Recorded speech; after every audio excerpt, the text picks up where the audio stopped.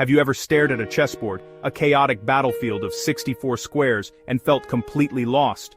You see your pieces, you see your opponent's pieces, but a clear path to victory seems hidden, shrouded in a fog of infinite possibilities. This feeling is common to every player, from the absolute beginner to the seasoned grandmaster. The critical question that separates them is not about knowing the rules, but about seeing the opportunities. Can you spot the hidden weakness? Can you find the decisive blow?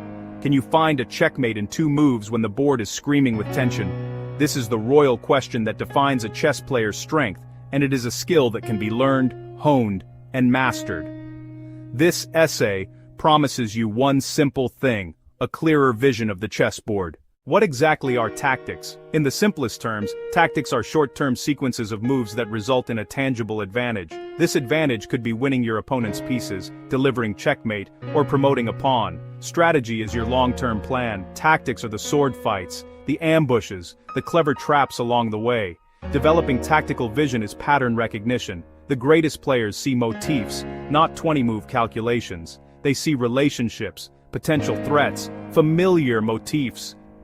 The geometry of a fork, the tension of a pin, the vulnerability of a king, instantly recognized. Each puzzle isolates one idea, so you can focus all your energy on finding the solution. Repetition ingrains patterns. Soon, you'll spot them in the heat of your games, seizing opportunities you once missed. Initially, you search for forks, pins, skewers. After hundreds of puzzles, you begin to think in tactics. The board comes alive with possibilities. Let's begin with a classic theme: the back rank mate. This occurs when a king is trapped on its back row, the first rank or the 8th rank, by its own pawns and is then attacked by a rook or queen. Look at this position. It is white's turn to move. White rook on e1, white king on g1, black king on g8, pawns on f7, g7, h7, black rook on c8. The board is otherwise clear. What is white's best move? Take a moment. Don't rush. Look at the black king. It's trapped. f7, g7, h7 form a wall. The king has no escape squares. Your rook on e1 looks straight down the e-file. The winning move is rook to e8. Checkmate. The king cannot flee to f8 or h8. No piece can block. The c8 rook is too far to capture. Simple, elegant, final. Why do other moves fail? Rook e4 is too slow. h6 creates luft and the king escapes. Simple tip: always check your opponent's back rank. If pawns trap the king, look to land your rook or queen there. Our next puzzle introduces one of the most powerful tools: the fork. A fork attacks 2 pieces at once. In this position, it is white's move. Knight on d4, king on h1, black king on g8, rook on h8, queen on f5, otherwise empty. How can your knight win material? Visualize the L-shaped jumps from d4. The winning move is knight to e6, a royal fork. From e6 the king is in check and the queen on f5 is attacked. Black must move the king, but no matter where, he cannot save his queen. Next, capture the queen. Decisive advantage. Knight to f3 checks, but threatens nothing else. Black simply steps to safety, and you gain nothing. Simple tip: with a knight, hunt squares that hit the king, and a valuable piece, like the queen or a rook. Moves that achieve multiple goals usually outclass single-purpose checks. Train your eye to see these dual-purpose jumps. They're game changers at the amateur level. Now we explore the pin, a tactic that immobilizes an enemy piece. A pin attacks a piece that cannot move without exposing a more valuable one, often the king, behind it. Your bishop on b2 eyes the king on g8, only the knight on f6 stands in the way. That knight is pinned. The winning move is queen to d4.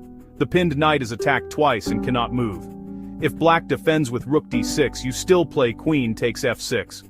If he recaptures your queen, your bishop recaptures. You've won a knight. The pin created the weakness, pressure converted it.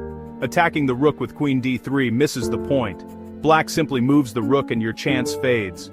Identify the most significant weakness, the pinned piece, and attack it with force. Simple tip: look for enemy pieces aligned on a rank, file, or diagonal. If your move attacks through that line, a pin may immobilize them. A pin hits the shield, a skewer hits the treasure first and claims the piece behind it. How can you win black's rook? Notice the king and rook aligned on the e-file, a geometric vulnerability. The winning move is rook to e1, check. Wherever the king moves, it abandons the e-file. Next, rook takes a 2. You win the rook. Attacking the rook directly lets it escape. The check is the forcing element that guarantees the win. Simple tip, when two enemy pieces, especially the king and a major piece, line up on a rank, file, or diagonal, look for a skewer with your rook, bishop, or queen. Our final puzzle, the unstoppable pawn. Promotion can snatch victory from the jaws of defeat. Can you force promotion? Your king is the bodyguard. Calculate carefully. One wrong move and black gets in front. The winning move is king to f6, a brilliant use of opposition. You block black's route. The king is driven away. Now you promote and the new queen wins easily. But if you push immediately, it looks winning. It's a blunder. After h8 equals queen, it's black to move and the king has no legal squares. Stalemate. King to f6 was the only winning move.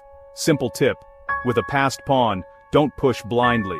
Use your king to support and to block the enemy king. Solving puzzles is one thing, applying them in real games with the clock ticking is another. Build the bridge with a consistent mental process. First, slow down. When positions get sharp, perform a tactics check. Before your intended move, scan for the patterns we've discussed.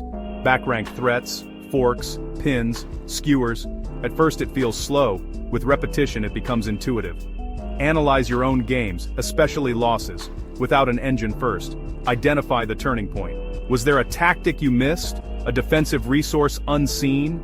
Make puzzle solving a daily habit, even 10 to 15 minutes. Like a warm-up, it prepares your mind so when chances appear, you see and seize them. This is how puzzle patterns bleed into your real games. We've journeyed through trapped kings, powerful knights, and heroic pawns, how a single move unravels a position. These puzzles are the fundamental language of chess tactics. You've begun to see the unseen. Your next step is simple. In every position, list the checks, the captures, and the threats. Your candidate moves. Every game and every puzzle is a lesson. Stay curious, stay engaged, embrace the process. Continue solving puzzles daily. Analyze your games, hunt for tactical shots. Your rating will follow. The board is set, the pieces wait, and you are armed with new tools. Your next move is to keep practicing. The rest will follow.